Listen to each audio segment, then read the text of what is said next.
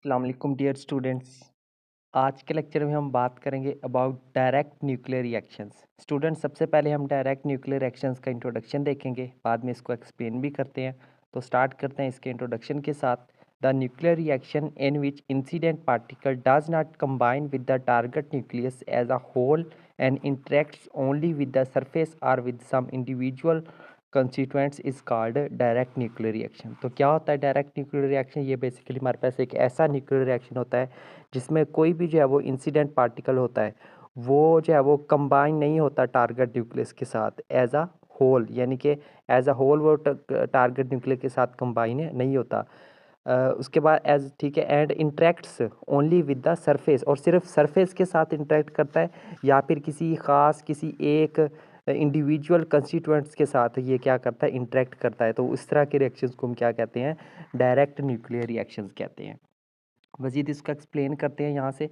The direct nuclear reactions are completed without the formation of compound nucleus. ये जो direct nuclear reactions होते हैं ना, ये कंपाउंड न्यूक्लियस बने बगैर ही कंप्लीट हो जाते हैं। The nuclei glancing contact and separate immediately when undergo in direct nuclear reactions. The projectile may lose one or more nucleons in direct nuclear, यानी कि न्यूक्लियर जो डायरेक्ट न्यूक्लियर रिएक्शंस हैं, इनके अंदर जो न्यूक्लियंस होते हैं वो एक या एक से ज़्यादा जो है वो प्रोजेक्टाइल लूज़ कर देते हैं। The direct nuclear reactions usually occurs on the surface of the nucleus. जो डायरेक्ट न्यूक्लियर रिएक्शंस होते हैं ना, ये बेसिकली हमारे पास जो है वो न्यूक्लियस की सरफेस के ऊपर जो है वो बनते हैं, अकर होते हैं। The following processes are direct reactions. ये जो कुछ प्रोसेसेस हैं, ये क्या है? हमारे पास डायरेक्ट न्यूक्लियर रिएक्शंस है। सबसे पहले है जी इसमें इलास्टिक स्कैटरिंग। ये क्या है? The projectile and target nucleus stay in their ground during elastic scattering. Elastic scattering में क्या होता है? जो प्रोजेक्टाइल और टारगेट न्यूक्लियस होते हैं वो दोनों अपनी ग्राउंड स्टेट में ही स्टे करते हैं। इन इलास्टिक स्कैटरिंग में क्या होता है, यहाँ से देखते हैं। द प्रोजेक्टाइल और target nucleus remain in excited state during in elastic scattering nuclear reaction. In elastic scattering nuclear reaction में जो प्रोजेक्टाइल और टारगेट न्यूक्लियस होते हैं वो अपनी एक्साइटेड स्टेट के अंदर ही रहते हैं। उसके बाद है जी ट्रांसफ़र न्यूक्लियर रिएक्शंस। ये कौन से हैं? One or more nucleons move to the other nucleus during transfer nuclear reaction. Transfer nuclear reaction में क्या होता है? एक या एक से ज़्यादा न्यूक्लियस जो है वो एक न्यूक्लियस से दूसरे न्यूक्लियस में ट्रांसफ़र होते हैं।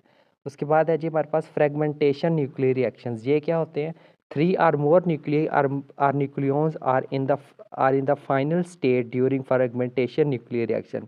फ्रेगमेंटेशन न्यूक्लियर रिएक्शन में क्या होता है? तीन से ज़्यादा न्यूक्लियई या फिर न्यूक्लियॉन्स जो है वो क्या होते हैं? अपनी फाइनल स्टेट में होते हैं। It is also known as breakup और नॉकआउट न्यूक्लियर रिएक्शन। इनको जब हम ब्रेकअप या फिर नॉकआउट न्यूक्लियर रिएक्शन का भी नाम देते हैं, ठीक है। उसके बाद है जी हमारे पास charge change exchange reactions. Charge exchange reactions में क्या होता है? The mass number A is constant but charge number Z varies in charge exchange nuclear reactions. Charge exchange nuclear reactions में जो मास नंबर जो ए जिसे हम उसको ए से डोनेट कर, वो तो कांस्टेंट रहता है, बट जो चार्ज नंबर है जेड वो क्या करता है? इसमें वेरी करता है।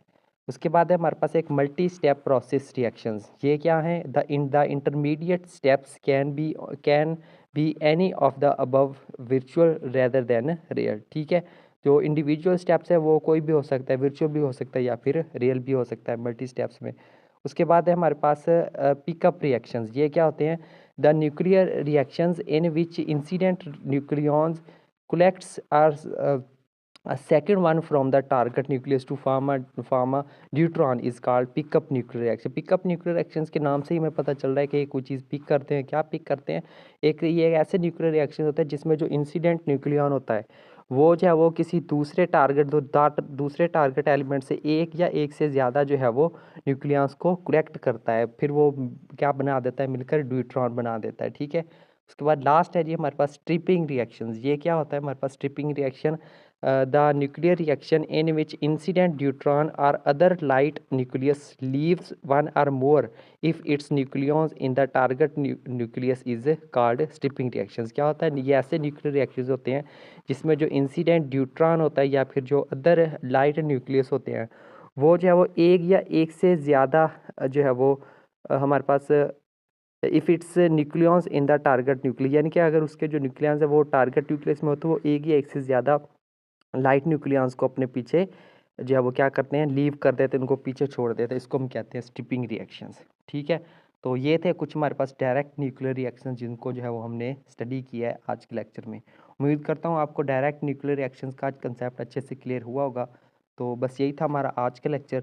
मिलते हैं नेक्स्ट लेक्चर में किसी और टॉपिक के साथ। तब तक के लिए टेक केयर एंड अल्लाह हाफिज़।